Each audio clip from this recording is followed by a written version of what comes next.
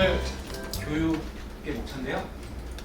일단 GIS를 다루기 전에 일단 선행돼야 되는 지식들을 먼저 한번 다뤄보고, 그리고 QGIS를 사용하는 방법에 대해서 얘기를 하고, 그리고 서울시 분석 사례를 따라하면서 그 실제 분석에서 이게 어떻게 사용이 되는지를 살펴보도록 하겠습니다. 지금 여기 첫 번째 선행식이라는 게 사실은 GIS 프로그램을 다루기 위해서 크게 그렇게 필요한 지식은 아니거든요. 그러니까 몰라도 충분히 다룰 수는 있지만, 그러니까 저는 툴을 먼저 다루는 거라고 이 앞부분을 늦게 공부를 했는데, 그 앞부분에 대한 내용을 모르는 상태에서 툴을 다루다 보니까 그걸 잘 이해 못하겠더라고요. 그냥 뭐랄까 기계 그 소프트웨어만 다루는 그런 엔지니어가 되는 것 같아서 앞부분을 공부를 했는데, 좀 지루하고 할지 몰라도 들어주시면 아주 많은 도움이 될 거라고 저는 확신을 하니까 재미없다고 생각되시더라도 집중해서 들었으면 좋겠습니다. 먼저 지리학에 대해서 얘기를 오늘 우리가 다루게 될 게 결국은 이 지리학 관련되어 있는 것들에 대해서 얘기를 하게 될 건데, 혹시 지리학 전공하신 분 계신가요? 제가 재직한다고 가정을 하고 말씀을 드리겠습니다.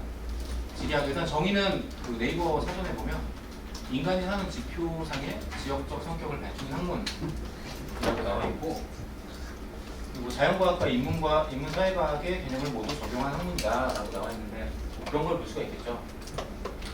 예를 들면 한강의 길이는 몇인가, 평균 폭은 얼마나 되는가, 1년 그 물 흐르는 양, 유량은 얼마나 되는가, 뭔지 이런 걸 측정하는 게 자연과학적인 부분이라고 한다면, 인문사회과학적인 관점으로 본다면 그런 게 있을 수 있겠죠. 뭐 4대 문명이 왜 다 강 근처에서 시작이 되었는가 라든가 많이 있겠죠. 왜 서울로 도심 뭐 집중 현상이 일어나는가 정도가 그런 것들 얘기해 볼 수가 있을 거고, 이 중에서 이제 자연과학과 관련되어 있는 부분들, 그 부분에서 이제 사용하는 다른 학문은 이제 여기 나와 있는 기하학이라는 학문이 사용이 되는데, 기하학은 이런 거죠. 그러니까 결국 도형을 다루는 학문인데, 사실은 이게 예전 수학이 지금 이렇게 되기 전, 뭐 르네상스 시대 그쯤까지만 해도 기하학이 수학 그거 친구가 됐었죠. 그러니까 사실은 지금 좀 격화된 느낌인데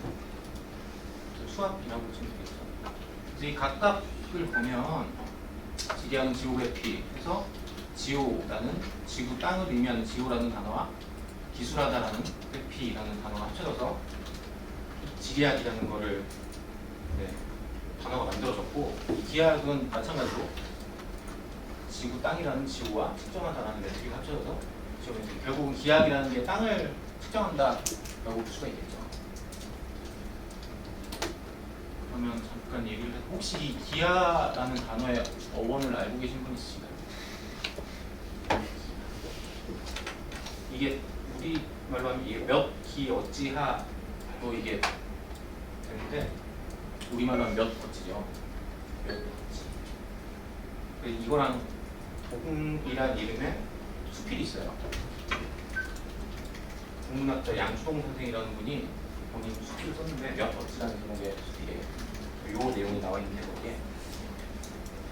그러니까 그분이 어렸을 때 한자에 대해서 되게 공부를 많이 했는데, 이 기하라는 단어를 보고 도저히 무슨 뜻인지 알 수가 없어서 하룻밤을 꼴딱 고민을 하고, 다음날 선생님을 찾아가서 이게 무슨 뜻이냐고 물어봤더니 그분이 뭐 그런 얘기를 했다고요. 그 명나라의 서광계라는 사람이 서양에서 이제 그 유클리드의 원론이라는 책을 중국말로 번역을 하면서 처음으로 이 기하라는 말을 썼는데, 이제 중국말로 음차를 한 거죠. 이 지오라는 게, 그러니까 이게 중국말로 얘가 지허 이렇게 발음이 되는데, 그 비슷한 발음을 사용하는 한자를 가지고 써서 기하가 됐다라고 하더라고요. 그냥 그 몇 어찌라는 수필을 보면은 이제 이분이 그때 당시 신학문, 그러니까 우리가 현재 배우고 있는 서양의 학문들을 얘기하죠. 수학이라든가 그런 과학이라든가 그런 것들을 왜 공부를 해야 되는지 본인이 깨달은 그런 것들이 나와 있으니까 나중에 네이버에 한번 보시는 것도 되지 않을 거예요. 자, 그럼 이제 본격적으로 GIS에 대해서 잠깐 얘기를 해보도록 하겠습니다. GIS는 여기 나와 있는 이거의 약자죠. 우리말로 하면 지리정보 체계. 그러니까 결국은 여기 읽어보시면 알겠지만 지리적으로나 공간적으로 사용할 수 있는 데이터들을 수집, 저장, 처리, 분석, 하는 이런 모든 일련의 그 시스템을 GIS라고 얘기를 합니다. 그래서 그거를 포함하고 있는 것들은 뭐 인적 자원이라든가 데이터, 소프트웨어, 하드웨어적인 것처럼 다 포함을 하고 있고, 오늘 우리가 다뤄야 될 것은 이 소프트웨어, 그 중에 QGIS라는 걸 다루게 될 거예요. 근데 이 GIS라는 말 자체가 지금 여기 나와 있다시피 지리정보 체계라는 이런 시스템을 의미하기도 하지만, 뭐 때로는 학문명으로서도 사용이 되기도 하고, 또 때로는 오늘 하게 될 이 소프트웨어로서 사용이 되기도 합니다. 그러니까 정의가 되게 여러 가지로 사용이 돼서 이 강의에서는 제가 뭐 특별한 언급이 없는 한 GIS라고 하면 이 소프트웨어로서의 GIS를 의미한다라고 생각을 하고 수업을 들어주시면 되겠습니다. 자, 이제 오늘 하게 될 내용을 기본적으로 이해하기 위해서 필요한 정의들을 몇 개 하고 넘어가죠. 먼저 적도. 적도가 뭔가요? 다 아시죠? 자전축하고 수직으로 만나고 지구의 중심을 지나는 평면이 지구의 평면과 맞는 선. 되게 표현이 어렵지만 결국은 지구가 이렇게 있어요. 자전축이 이렇게 안 생겼죠? 공전면을 중심으로 해서 이렇게 좀 기울었죠? 23.5도인가요? 원래 이렇게 싹 기울어서서 이제 그리는데 보기 싫으니까 이렇게 그려볼게요. 자, 이게 자전축. 여기가 이제 뭔가요? 진국이라고 하죠. 여기. 뭐라고요? 진국이라고 하지 않나요? 맞죠? 진국 맞죠? 자전축의 끝 진국이고, 이제 나침반이 가리는 쪽을 자국이라고 얘기를 하고, 지도상의 북쪽을 도국이라고 하나? 네, 뭐 그럴 거예요. 얘를 중심으로 해서 얘랑 이제 수직인 평면들이 엄청 많은데 그 중에서 이 가장 넓은 부분, 이 부분. 그래서 이 빨간색이 바로 적도다라고 얘기를 하고, 저게 적도다라고 얘기를 하고, 이 적도를 중심으로 해서 얘를 이제 기준으로 해서 그 적도와 지구 표면상의 한 위치, 얘를 이제 원점과 이으는 점. 표현이 어렵다. 얘가 이러면 각도를 위도라고 얘기를 하기도 하죠. 그래서 적도를 중심으로 북쪽이 아니죠. 그러니까 상반구에 놓여져 있는 부분의 위도를 북위라고 얘기를 하고, 아래 남반구에 찍혀 있는 거의 위도를 남위라고 얘기를 하죠. 우리가 다 너무 잘 알고 있는 그런 내용입니다. 자, 다음 좌우선. 좌우선은 관측자의 천정과 지구의 북극, 남극을 지나는 평면이 지구의 표면과 맞는 선. 이것도 마찬가지로 표현이 되게 어렵게 되어 있긴 하지만 결국은 북극이랑 남극 그리고 내 머리를 이은 직선이라고 생각을 하면 되겠죠. 그게 좌우선인데, 그러면은 수업을 열심히 듣고 계신 분이 좌우선이 몇 개나 있을까요? 몇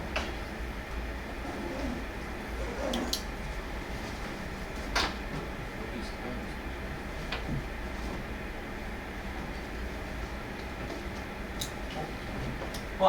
아시는 분이 이거 어렵지 않나요? 좌우선 몇 개 있을까요? 천정이 뭐냐고요?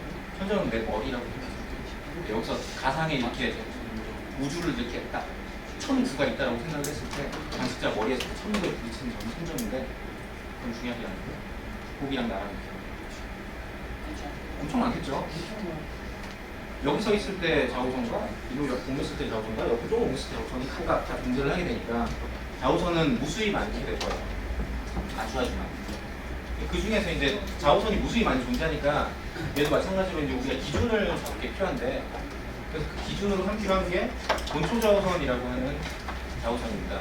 이 본초 좌우선이 뭐냐면 1894년을 기준으로 해서 만들어진 자우선인데 저 시기에 이제 영국에 있는 그리니치 천문대의 벽에 벽돌에 선을 그어놓고 그걸 본초 자우선이다라고 정하자라고 했다고 그러더라고요. 그래서 현재는 그 그리니치 천문대가 옆으로 조금 이동을 해서 지금은 저 본초 자우선을 지나지 않는다라고 하는데 어쨌든 저 시점을 기준으로 해서 나타내어진 자우선은 본초 자우선이라고 얘기를 하고 쟤를 기준으로 해서 경도를 정의를 하는데 본초 자우선이 경도의 원점, 그러니까 0도라고 정의를 하고 그 경도를 중심으로 해서 오른쪽, 정확히는 동쪽이죠. 동쪽을 동경이라고 얘기를 하고 왼쪽을 서경이라고 얘기를 하도록 하겠습니다. 그래서 우리나라는 보통 어떻게 표현을 하나요? 우리나라 북위 38도, 동경 125도 이렇게 있죠. 그래서 이 경도를 중심으로 해서 15도씩 돌아갈 때마다 국제 표준 시각을 정하죠. 1시간씩. 그래서 우리나라는 뭐 그러고 있습니다. 자, 다음 좌표계로 넘어가서 좌표계. 직선, 평면 또는 공간 내에서 점의 위치를 나타내기 위한 시스템이라고 나와 있는데 사실 이게 오늘 우리가 다뤄야 될 핵심인데 그러니까 지금 첫 번째 시간에서 우리가 하고 싶은 게 뭐냐면 지구상에 있는 한 지점을 평면상에 있는 어떤 그러니까 지도라고 얘기하는 우리가 그 점이랑 매칭을 시키는 게 우리의 첫 번째 시간 하나의 목표예요. 그러기 위해서 이제 이 좌표계를 얘기를 할 필요가 있는데 자, 여러분 배운 좌표계 뭐 있죠? 직교 좌표계라는 게 있죠. 프랑스 철학자 데카르트라는 사람이 침대에 누워서 천장에 붙어있는 파리가 어디 있나를 살펴보다가 보완해냈다는 그 시스템 카르티전 프로젝트라고 했죠. 그래서 축 두 개를 놓고 가상의 원점을 정해서 이 점 중심으로 해서 한 점을 표현을 할 때 오른쪽으로 얼마큼 가고 위로 얼마큼 갈까 이렇게 표현하는 방법. 이게 우리 흔히 언제 배울까요? 중학교 1학년 때 배우나?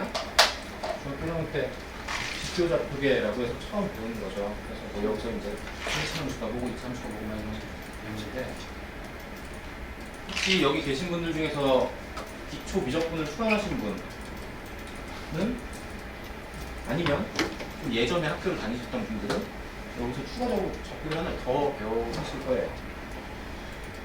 뭐냐면 극좌표계라고 불리는 우리가 이 점을 표현을 할 때 x0, y0라고 표현을 하지만 이렇게도 표현할 수가 있어요. 그 원점에서부터 거리, 그 점까지의 거리를 r이라고 놓고 x축의 양의 방향과 그 직선이 이루는 거리, 각도를 세타로 놨을 때 이 점의 좌표를 알파만 세타라고 표현하는 극좌표계도 보셨을 거라고 봅니다. 배우신 분, 안 배우신 분도 더 계신 것 같긴 한데 일단 이렇게 표현을 하죠. 그래서 이 둘 사이의 관계는 뭐 x로는 알파 사인 세타고 y제곱은 사인 세타. 이런 거 선택하고 그렇죠. 자, 이게 2000 평면상에서 좌표계를 표현하는 방법이었다면 이제 미적분학이나 이제 이런 걸 수강하는 분들만 이제 들었을 거라고 보는데 3000상에 있는 좌표계를 표현하는 방법에 대해서 얘기를 좀 해보죠. 이것도 역시 미적분학을 수강하신 분이라면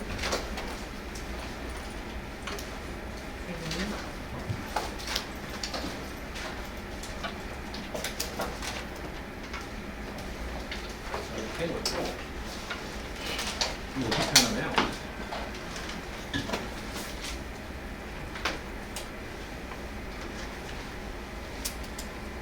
요점의 좌표를 나타낼 때 지금 그린 것처럼 직육면체를 그리고 이 점을 표현할 때 x, y, z 순서대로 이렇게 표현을 하죠. 이렇게 표현을 하는데 이거 말고 다른 것들도 배우죠. 다른 거 뭐 있나요? 그쵸, 원통 좌표계라고 불리는 걸 배우죠. 뭐냐면 방금 아까 이청에서 얘기했던 극좌표계로 x, y 좌표계를 표현을 하고 z는 그대로 이런 형태. 그러니까 이게 왜 실린더라고 얘기를 하냐면 이거를 하고 싶지 않지만 이렇게 원통을 그려서 이 x, y 평면에서의 좌표는 이 원, 그러니까 극좌표계를 표현을 하고 얘는 그냥 z축을 그대로 사용하겠다라는 의미의 실린더 좌표계가 있고, 그 다음 마지막으로 지금 사실 이 얘기를 하기 위해서 여러 얘기를 한 건데 구면 좌표계라는 걸 또 보죠. 구면 좌표계가 뭐냐면 이거 좀 지우고 정리를 할게요.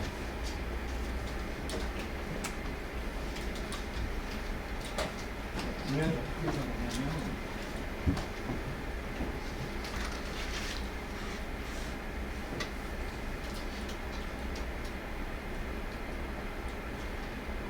이 위에, 그러니까 지금 구는 지금 보기 편하라고 그려놓은 거고, 그러니까 공간상에 있는 한 점을 그 원점에서부터 거기까지 거리를 반지름으로 하는 구를 그렸을 때 이제 이 구로서 얘를 표현을 하고 싶은 건데, 이 좌표를 어떻게 표현하냐면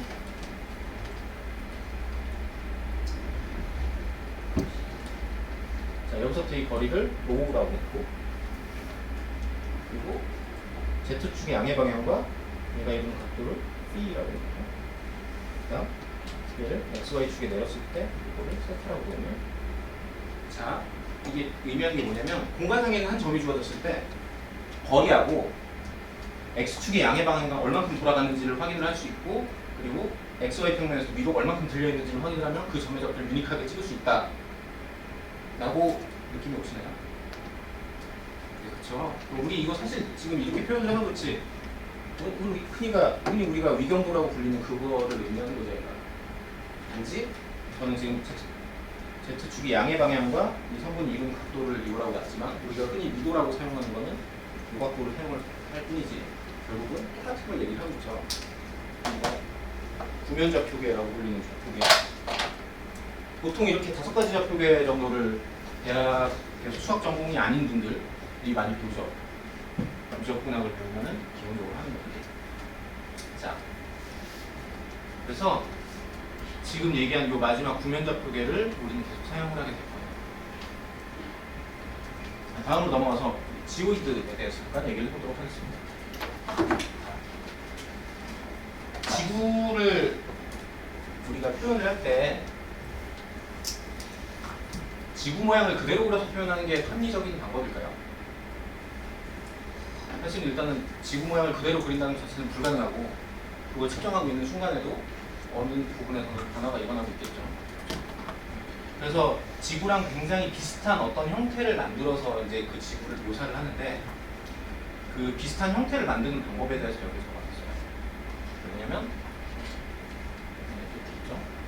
분명히 한글인데 무슨 말인지 못 알아듣겠는 거. 그러니까 저게 어떤 내용이냐면 그런 내용이더라고요. 그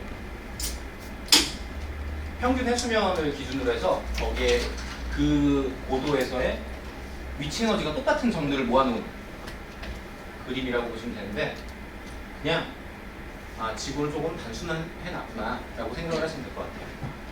그래서 여기 밑에 이 그림을 살짝 보시면 이 까만색으로 나와 있는 게 실제 지구고, 이 방법을 거쳐서 만들어낸 지오이드라는 게 주황색. 지금 지오이드를 의미합니다. 근데 여기 대충 그림을 보시면 알겠지만 지오이드라고 하는 것들도 역시 어떻게 만들어졌는지도 잘 모르겠고, 저거를 지구로서 뭐 대체한다고 하지만 어떤 방법을 써가지고 함수 같은 걸 써서 표현하기 힘들 것 같아요. 그래서 이걸 조금 더 단순화해서 지구 타원체라는 걸 만드는데, 지구를 완벽한 타원체다라고 가정을 해놓고 내용을 설명하기 위한 타원체를 지구 타원체라고 합니다. 혹시 타원의 정의 아시는 분? 내용이랑 전혀 상관없지만 졸고 계신 분이 몇 분 들어와서 잠깐 확인을 시키기 위해 타원 모르시나? 또는 두 점으로부터 거리의 합이 일정한 거죠.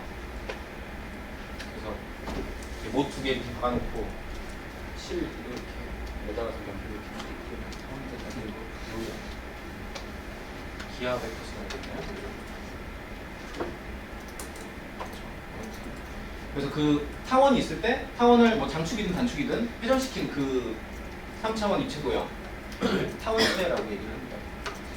자, 그러면 우리 한번 생각을 해보면 지구를 묘사할 수 있는 타원체 그 하나로 존재할 거라는 생각이 전혀 들지 않죠.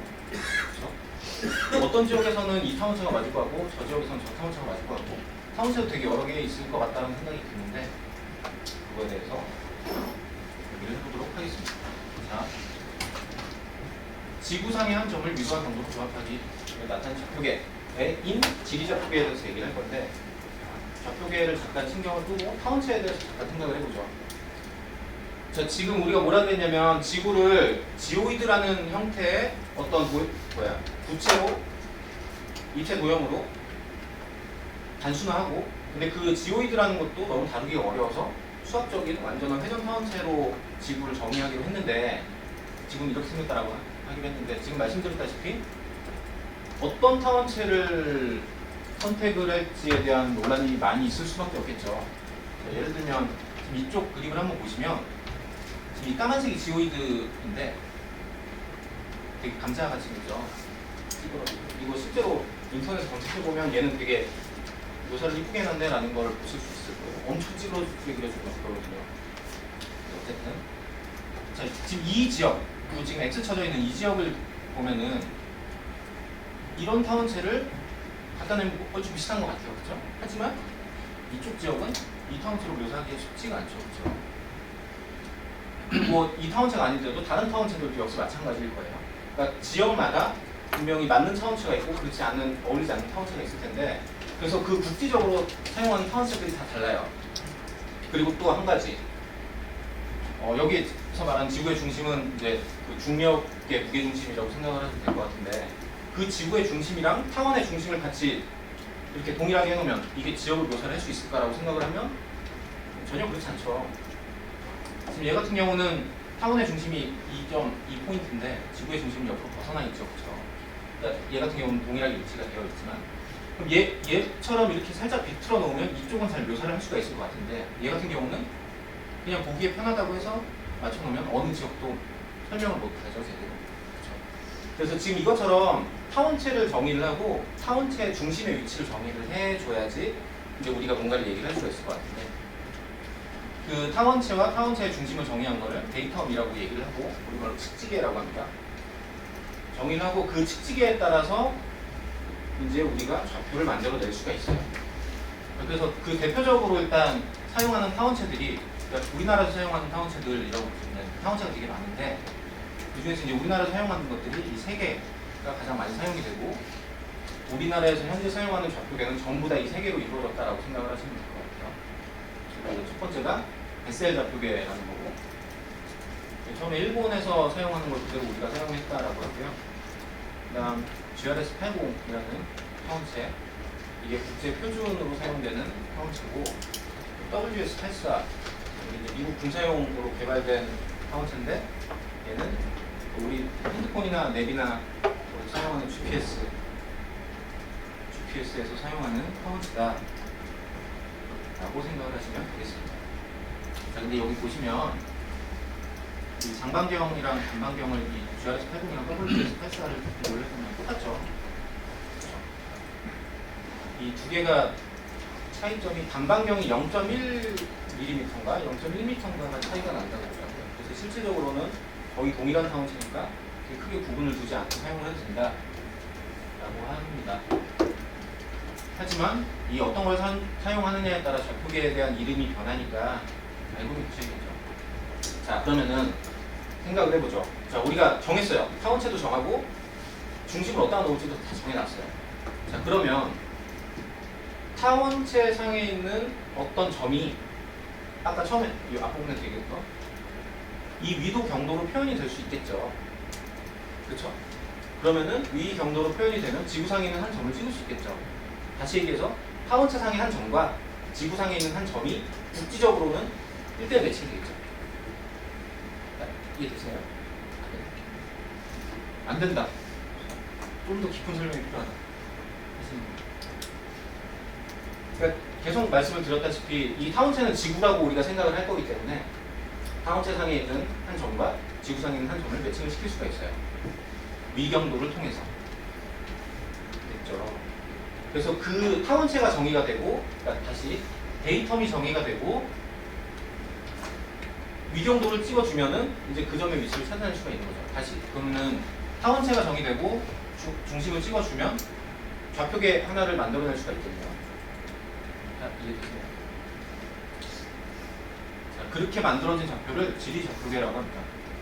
그러니까 먼저 타원체를 정의를 하고 중심을 어디다 놓을지를 정의를 한 다음에 그 위치를 위도와 경도로 표현을 한 거. 그게 바로 지리 좌표계라고 부르고 줄여서 GCS라고 부르죠. 얘가 주로 사용되는 것들은 여러분들 늘 잘 보시다시피 구글 지도 같은 거 보면은 위경도로 표시가 되죠. 써보시면 이렇게 위경도로 표시하죠. 그리고 GPS 운전하실 때 내비게이션 보면 다 이렇게 위경도로 표시가 되죠. 저는 파인 드라이브를 쓰는데 그걸 딱 보면 위성 7개인가 8개가 쫙 찾아가지고 이렇게 시각적으로 표시도 해주는데 자, 이럴 때 사용이 되는데 얘를 사용을 하면 좀 단점이 있어요. 어떤 단점이 있을까요? 자, 얘기해 주세요. 이거 쓰면 좀 이상한 것 같다.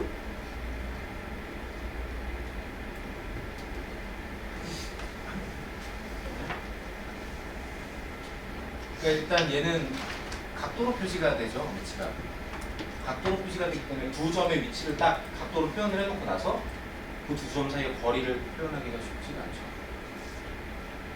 그렇죠? 그냥 각도로 존재하기 때문에.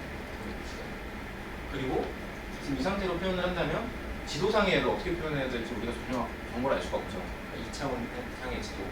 그러니까 지구상의 위치는 대충 위치는 어딘지 알겠지만 지도상에 표현을 하자면 그걸 표현할 방법이 없어요. 그래서 얘를 지구상에 표현을 하기 위해서 이 3차원상에 있는 지도를 3차원상에 있는 이 공면을 2차원상에 있는 평면으로 투영을 시킬 건데 그거를 사용해서 만들어진 좌표계를 투영 좌표계라고 얘기합니다. 여기서 말하는 투영은 자 여기 이과 전공 아니신 분들 정사형이라는 건 한 번도 못 들어보세요. 그 정사형이라는 게 뭐냐면 그러니까 이런 펜을 정사형을 시켰다라고 하는 게 뭐냐면 이 위에서 플래시를 비춰서 바닥 표면에 그림자를 깔았다. 그래서 그 그림자를 이게 사용된 선분 혹은 직선이라고 얘기를 하게 되는데 그 얘기예요. 그러니까 3차원상에 있는 지도를 2차원상으로 이렇게 딱 누를 거예요. 그 누르는 방법에 대해서 얘기를 좀 해보겠습니다. 자, 일단 그 전에 우리가 먼저 알아둬야 될 건 이거 형태, 면적, 거리, 방향의 왜곡이 발생함. 그러니까 여기 밑에 조그맣게 이게 보면은 그 이과생들을 되게 괴롭히는 인물이 하나 있죠. 그리고 한크리 가우스. 아니다, 이과생도 아니죠. 이거 고등학생들을 모두를 괴롭히죠. 그 이거 박스에 해가지고 넘지 않는 최대 점수 막 하면서 이제 막 수학이 좀 어려우기 시작하는데 아무튼 이분이 이미 다 증명을 해놨어요. 한 국면을 다른 국면 위에 펼칠 수 있다면 대응하는 각점마다 가우스 공률이 일치한다. 그럼 이제 이거의 대우 명제를 한번 얘기해볼까요? 이거의 대우 명제.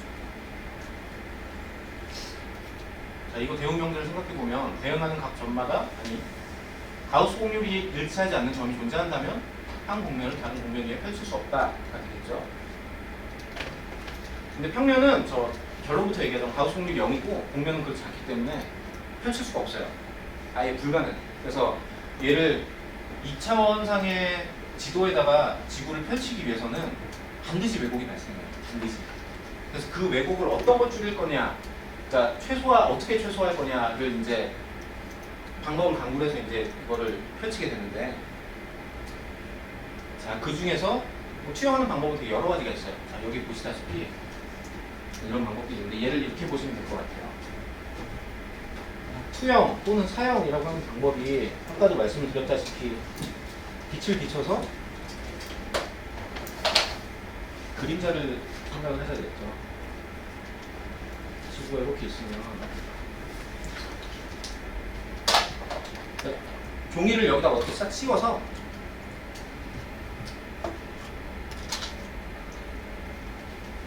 여기 지구의 중심에 전구가 있다고 치죠. 전구가 있는 상태에서 이 주변에 종이를 어떻게 잘 씌워가지고 전구를 딱 키는 거예요. 그러면은 대륙에 이 라인을 따라서 그림자가 떨어지겠죠. 그래서 그 떨어진 그림자가 있으면 이 종이 둘러싼 종이를 펼쳐서 뿌린다라고 생각하시면 될 것 같아요. 그럼 이제 종이를 어떻게 감싸느냐라는 게 이제 우리 관심이 되는데 이런 방법들이 있습니다. 원뿔 형태로 감싸서 가운데 빛을 펴가지고 펼치면 이런 형태의 지구가 나타나고요. 원통형으로 하면 이렇게 원으로 얘는 그냥 잘 오려가지고 펼치는 모양이 되죠. 이런 방법들이 있는데 그 중에서 이 메르카토르 도프법이라고 가장 많이 사용되는 메르카토르 도프법이라는 게 이제 요분이 원하는 방법인데 이 방법을 사용을 하게 될 거예요. 원통형. 그럼 우리 한번 생각을 해보죠. 이렇게 해서 짠 폈어요. 그러면 이 위에 북극 어디에 배치는가요?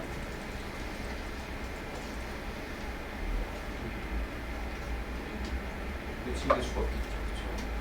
무한히 뻗어가겠죠.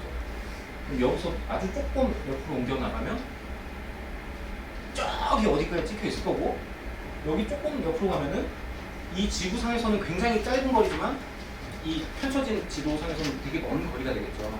그러니까 이게 딱 보면 되게 상식적으로 이 종이랑 지구가 붙어있는 부분에서는 왜곡이 덜하고 저 바깥쪽으로 넘어갈수록 왜곡이 심해진다는 걸 보면 아실 수가 있어요. 그래서 물론 정확히 빛을 쫙 펴가지고 모든 그거 한 게 아니고 이제 고정을 거친 내용이긴 하지만 고정을 거쳐서 이제 만들어진 지도가 바로 이 지도입니다. 이게 메르카토르 도법으로 그린 세계 지도고, 그러니까 적도를 중심으로 종이를 감아서 빛을 펴서 펼친 다음에 바위로 싹 오려가지고 다시 종이로 만들어 놓은 형태가 이건데 딱 봐도 좀 이상해 보이지 않나요? 이 남북이 겁나 크죠? 남북이 너무 커서 이 전 세계를 다 합쳐도 면적이 거의 비슷할 것 같은데 이 왜곡이 얼마나 심각하게 되는지에 대한 동영상을 제가 잠깐 준비를 했는데 한 7분 정도 되는 동영상인데 끝까지 보면 좋겠지만 상황을 봐서 살펴보도록 하죠.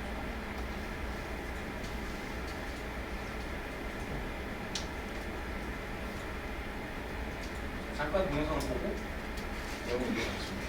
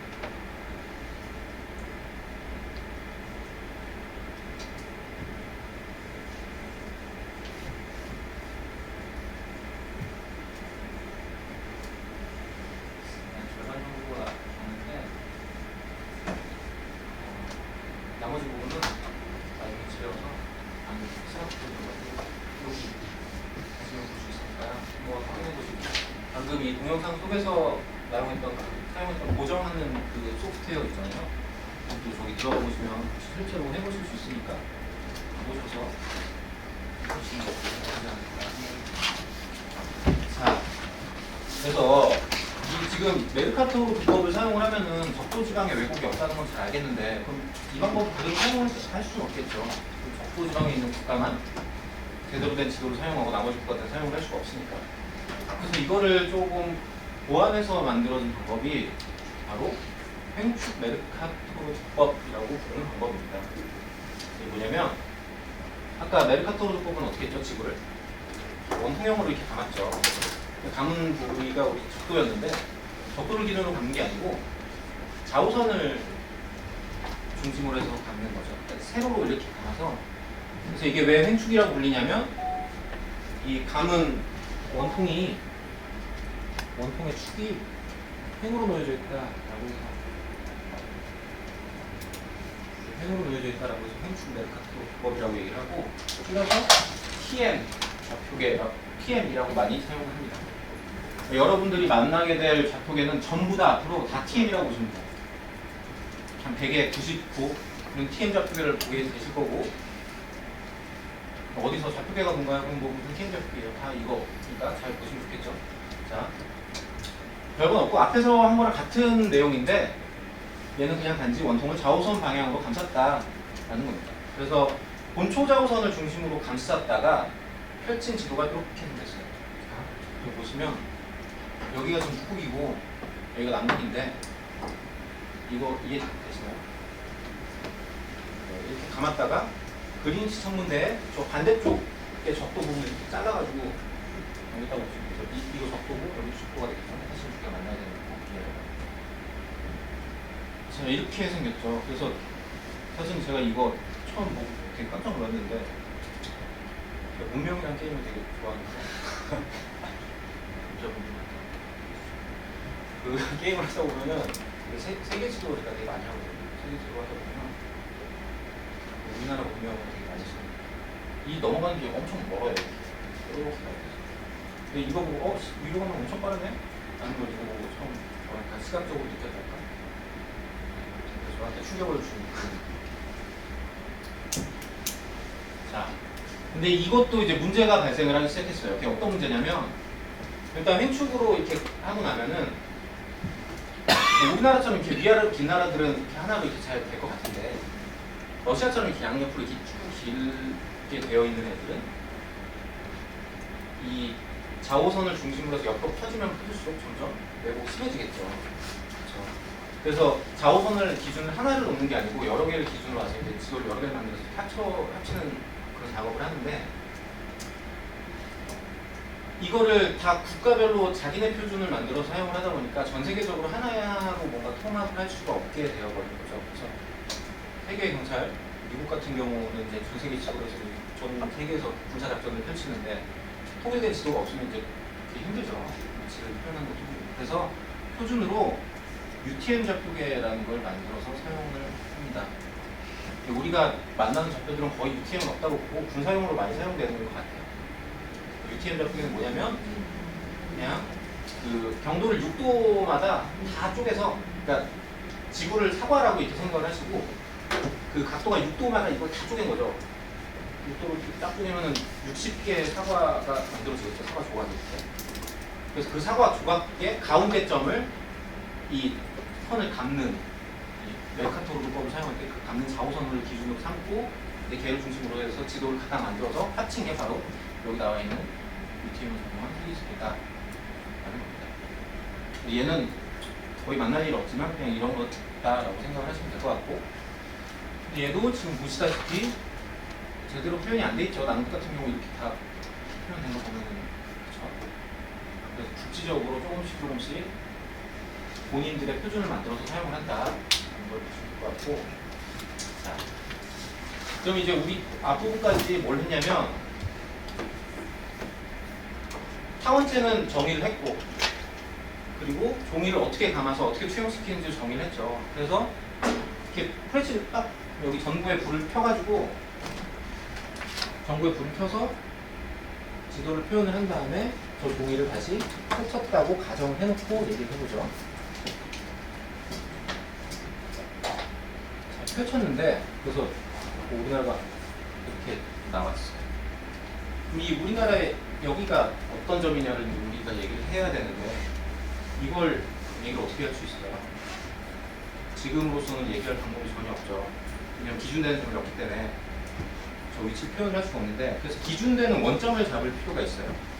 그래서 우리나라는 크게 네 가지를 원점으로 잡기도 하고, 이 원점을 수학에서 배운 것처럼 0,0으로 잡으면 참 좋겠지만 0,0으로 잡게 되면 이제 여기 1, 4, 2, 3, 4, 4 분면을 보면은 x 또는 y가 음수가 나오게 되죠. 그렇죠? 그래서 이 음수가 나오는 거를 막기 위해서 그 x랑 y 좌표에다가 기본적으로 얼마만큼의 수치를 더해줘요. 20만이든 50만, 100만 뭐 이렇게 숫자를 더해주는데, 여기서 지금 제가 말씀드린 숫자는 미터 단위고요. 이 지도상에 있는 표시되는 방법도 전부 다 미터 단위로 표시된다라고 알아두시면 되겠습니다. 자, 그래서 지금 적용 구역이 이 부분에서는 원점을 요걸로 잡아서 사용을 하고, 이 부분에서는 원점을 요걸로 잡아서 사용을 하고, 가산되는 수치는 뒤에 넘어가서 확인을 하실 수 있고요. 자, 그럼 우리 거의 다 끝난 것 같아요. 일단 타운체 정의를 했고, 타운체 중심을 정의를 했어요. 그리고 어떻게 그 타운체를 평면으로 뿌릴 거냐도 정의를 했고, 원점을 어떻게 잡을 거냐도 정의를 했고, 그 원점에서 더해지는 수치들, 그걸 몇으로 잡을지도 정의를 했어요. 그러면은 이제 완전히 지도를 표현을 할 수가 있겠죠. 그래서 나타나는 좌표계들이 이렇게 있습니다. 이 우리나라에서 사용했던 또는 사용하고 있는 좌표계들을 거의 대부분 다 적어 놓은 거고요. 지금 현재 표준으로 사용되는 건 얘, 노란색 표시되어 있는 얘라고 생각을 하시면 될 것 같고, 이게 빅데이터 캠퍼스, 그리고 더 나아가서 서울시에서 이게 표준으로 사용하고 있는 좌표계니까 그렇구나라고 생각을 하시면 되겠어요. 자, 지금 말씀드렸다시피 타운체, 데이텀, 수용 방법, 원점 위치, 가산 수치에 따라 다양한 좌표계가 존재하는데, 이 좌표계들이 그 세계적으로 이걸 관리하는 기구가 있는데, 그 각각의 식별 구호, 그 ID 값을 부여를 해서 이거를 관리를 하고 있어요. 그래서 여러분들은 여기 나와 있는 이 네임을 보시는 것도 뭐 좋겠지만, 네임보다는 이 EPSG 코드라는 이 코드를 기억을 해서 사용하시는 게 더 오류 없이 사용을 하시기 편하고, 그냥 좌표계를 하나씩 보면은 아까 지리좌표계 뭐였죠? 그 위경도로 표현한 좌표계였죠. 그래서 타원체 3개가 정의된 것마다 각각의 좌표계가 들어가 있고, 그러니까 이게 좌표계의 이름이기도 하고 동시에 타원체 이름이기도 하다라고 생각을 하시면 되겠어요.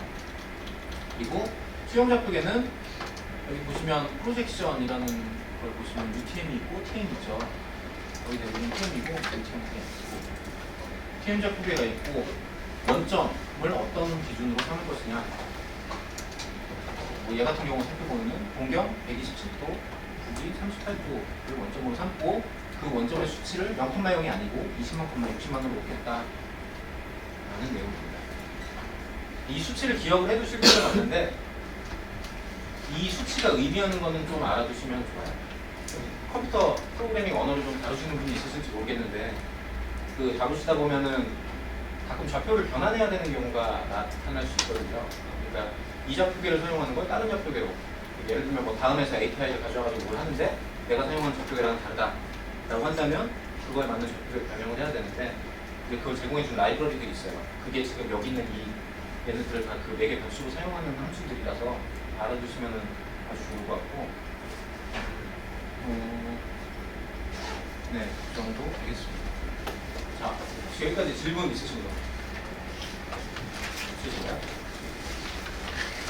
실시간 내용이 너무 재미가 없어가지고 이거를 해야 되나 말아야 되나 고민이 많았는데, 이거를 안 하고 넘어갔을 때 좌표계가 뭔지 이런 거에 대한 개념이 전혀 잡지 않기 때문에 일단 얘기를 했고, 돌린 대로 들어주신다고 고생 많으셨습니다. 잠깐 쉬었다가 3시 5분에 다시 뒤에 실습과 함께 내용을 진행하도록 하겠습니다.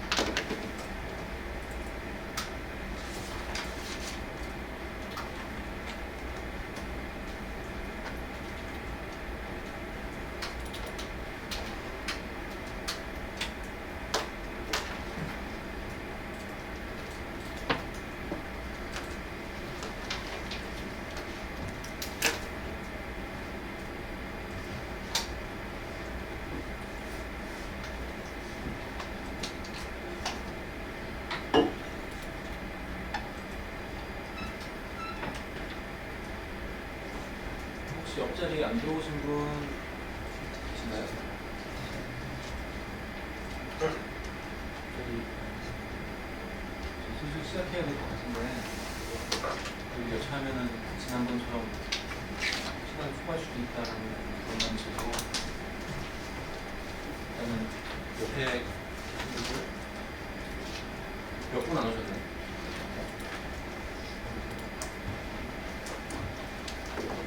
우리 배신들이 시작하고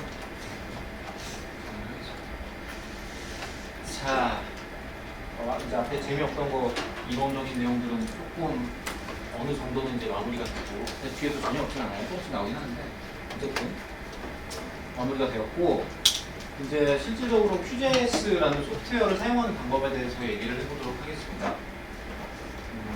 처음에 시작할 때 듣고 늦게 오신 분들은 잘 모르겠지만 저 여기 칠판에 보시면 제일 위에 이 파일 서버라는 게 있는데 여기서 파일을 다운을 받으셔서 준비를 해놓으시면 이제 내용을 진행할 때 해당 파일로 실습을 하실 수 있으니까 미리 좀 받아 놓으셨으면 좋겠고 다운받는 법은 바탕화면에 있는 파인틀라라는 소프트웨어를 실행을 하셔서 그 위에 정보를 치고 들어가시면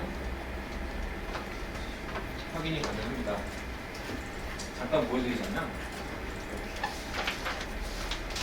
그 위에다가 호스트 적으시고 사용자명 이거는 일단 다른 거니까 이거 참고하지 마시고 저 칠판에 적혀 있는 거 쓰시면 돼요. 비밀번호 하고 빠른 연결을 누르면 이런 화면이 나오는데 교육용의 QGIS 오늘 날짜로 들어가셔서 여러분은 다 다운을 받으시면 됩니다. 다운 받는 방법은 드래그해서 끌어다가 놓으시면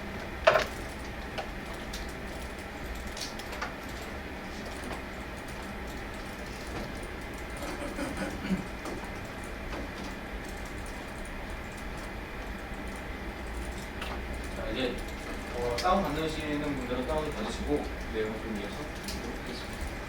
일단 QGIS에 대해서 일단 얘기를 해보죠. QGIS라는 건 퀀텀 GIS의 약자고 왜 퀀텀이라는 이름을 썼는지는 잘 모르겠어요. 그리고 무료 오픈소스 제휴정보 시스템이다. 사실 이게 QGIS를 사용하는 데 있어서 가장 파워풀한 동기이죠. 그 지난 시간에 얘기했듯이 R이 많이 사용되는 이유가 똑같죠. 공짜다. 근데 이게 사실은 얘가 등장하기 전에 이제 S3라는 회사에서 만드는 소프트웨어인 ArcGIS라는 소프트웨어가 있는데 그중에 이제 아크맵이라고 하는 게 QGIS랑 거의 동일한 기능을 한다라고 알려져 있는데 사실 저는 ArcGIS를 써보지 않아서 뭐 이렇다 저렇다 판단할 그거는 못 되죠. 근데 둘 다 사용해보신 분들 말씀에 의하면 거의 모든 기능이 다 사용하는 거예요. 그러니까 조금 약간의 차이점이 있지만 익숙해지면 사용하는 데 전혀 불편함이 없다라고 하니까 해주시면 될 것 같고 이 회사에서 이 소프트웨어로 얻어들이는 수익이 연매출 14억 달러라고 하니까 S2사에서는 이게 등장함으로써 되게 배아픈 상황이 되어버렸죠. 어쨌든 그래서 이 소프트웨어는 MS 윈도우랑 맥 그리고 리눅스, 유닉스 전부 다 지원을 하고 있고 이런 언어로 개발이 되고 되어 있다. 요 공식 홈페이지는 이렇게 되고 여기 가서 확인을 해보시면 이 사용하는 방법에 대한 한글로 되어 있는 그 매뉴얼이 있어요. 근데 저도 한번 쭉 봤는데 너무 이렇게 쉽게 돼 있어가지고 보기는 쉽지 않지만 그냥 찾아보시면 될 것 같고 오늘 강의를 듣고 기본적인 것만 아시고 구글링 검색을 통해서도 충분히 하실 수 있을 거라고 보니까 이거는 뭐 선택적으로 하시면 되겠습니다. 자, 이 아래서도 보셨다시피 그 안에 기본적으로 내장되어 있는 함수가 있죠.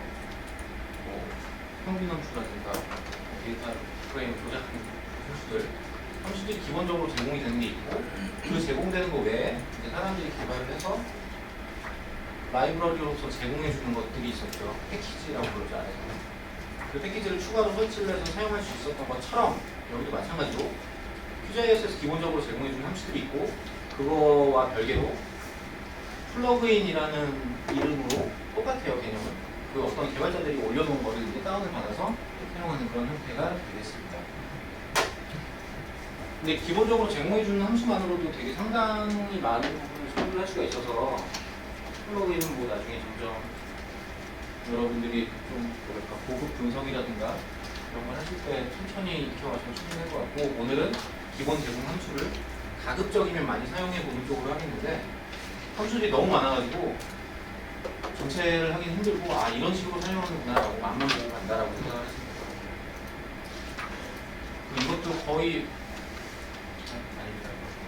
자, 그래서 QGIS 기능을 살펴보면 먼저 데이터를 보는 기능이 있고, 여기서 말하는 데이터는 크게 이 두 종류, 벡터라는 데이터가 있고 레스터라는 데이터가 있는데, 여기서의 벡터는 아래서 말하는 벡터와 다른 데이터가, 아래서의 벡터랑도 다르고 수학에서의 벡터랑도 다르고, 그냥 이런 게 있다라고 좀 이따 설명할 거니까 알아두시면 될 것 같고, 그리고 데이터 탐색 및 지도 제작, 데이터 생성, 편집, 관리 및 저장, 데이터 분석, 점점 있는데, 우리가 지금 주요하게 볼 거는 데이터 보기, 그리고 데이터 생성, 편집, 관리, 저장, 데이터 분석, 이 세 가지를 집중적으로 얘기를 할 거고, 시간이 되면은 이제 파이썬을 다룰 줄 아는 분들을 위해서 이 스크립트를 한번 제작을 해서 보여드리고 싶긴 한데, 시간 관계상 이거 좀 힘들 것 같고, 파이썬을 다룰 줄 아는 분은 이거를 이용을 해서 내가 새로운 기능을 만들어서 추가해서 사용할 수 있다 라는 것만 기억을 해주시면, 이 파이썬으로 어떻게 하는지 이제 QGIS 파이썬, 이것도 매뉴얼이 있어요. 어떻게 사용을 하는지 홈페이지에서 한번 보실 수 있으니까 그거 보시고 공부하시면 그것으로 보입니다. 그래서 데이터 포맷, 아까 앞에서 얘기했던 벡터와 레스터에 대해서 잠깐 얘기를 해볼게요. 이거는 사실은 이 뭐 지리학이라든가 뭐 이런 쪽이 아니고 컴퓨터 뭐랄까 데이터 관리하는 포맷이라고 보시면 될 것 같은데, 이미지를 표현하는 방법으로 크게 두 가지가 있어요. 벡터라는 방법과 레스터라는 방식이 있는데, 벡터라는 방식은 지금 이렇게 이런 병을 표현을 할 때 이 각 해당되는 꼭지점들, 주요 되는 점들 있죠. 그 점들을 순서 있게 저장을 해놓고 그거를 보여줄 때는 그 순서에 맞게 그림을 새로 계속 그려가면서 표현되는 데이터 방식이라고 생각을 하시면 될 것 같아요. 그러니까 이 그림 이미지를 통째로 기억을 하는 게 아니고, 이 이미지를 구성하고 있는 점들을 저장을 해놓고 보여줄 때마다 계속 새롭게 계산을 하는 방식이라고 보시면 될 것 같고, 레스터 방식은 여러분들이 생각하는 그냥 사진이라고 생각을 하시면 됩니다. 그러니까 보통 뭐 사진 보면은 몇 바이 몇 해가지고 이렇게 사이즈가 나오죠. 그 사이즈라는 게 결국은 하나하나 이제 픽셀이라고 하죠. 그 사각형 모양의 점점점점이 찍혀가지고 다 이렇게 모여진 이미지인데, 그 각 점마다 뭐 RGB 값, 아무튼 그 앞에 A가 들어가긴 하죠. 그 투명도 RGB 값을 부여를 해가지고 이미지를 표현하는 방법을 레스터라고 하죠. 그래서 여러분들 써보셔서 알겠지만 이 레스터는 되게 익숙하죠. 확대하려면 어떻게 되나요? 이렇게 되죠. 그러니까 지금 얘 같은 경우는 이제 인간의 눈으로서 그 사각형을 식별할 수 없는 정도로 이렇게 축소가 돼서 안 보이는 거지만, 확대를 하면은 그 사각형이 이제 식별이 되기 시작하면 이렇게 깨지는 것처럼 이미지가 확대가 되죠. 반면에 벡터 같은 경우는 그 점의 위치를 기억을 해놓고 나서 그림을 새로 그리기 때문에 확대를 아무리 해도 그게 깨지지 않아요. 새로 그림을 그려주고 새로 그림을 그려주고 해서 이게 되게 깔끔한 이미지를 확인을 할 수가 있습니다. 그러면 확대를 했을 때 이게 설명하니까 이게 더 좋은 거겠네 라고 생각하실 수 있지만, 각각의 장단점은 존재를 해요. 예를 들면 일단 벡터 같은 경우는 이 세 가지밖에 표현을 못해요. 그러니까 포인트나 선이나 다각형, 이 세 가지 형태만 표현이 가능하고, 그래서 이 세 가지 형태라고 하지만 한 개의 파일은 한 가지 형태로만 저장이 가능해요.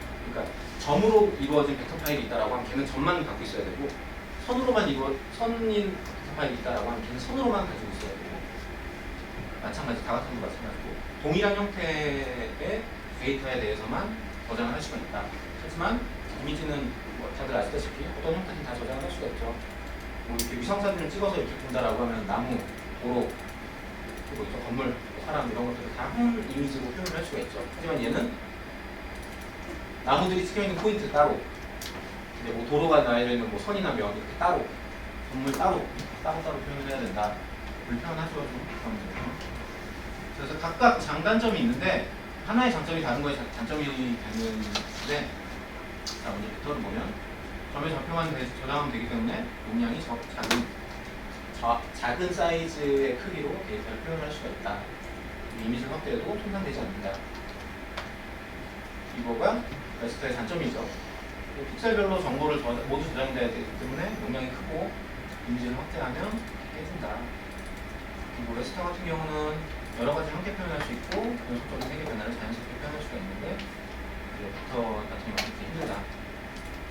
그리고 이 뒤에 네, 그렇다. 이거 알아두시면 되겠습니다. 두 개 차이점은 충분히 알겠죠? 근데 여기 QGIS에서 이제 사용하는 데이터 포맷 중에 가장 핵심적인 그 파일이 여기 나와 있는 게 S24에서 만든 파일인데 쉐이프 파일이라는 게 있어요.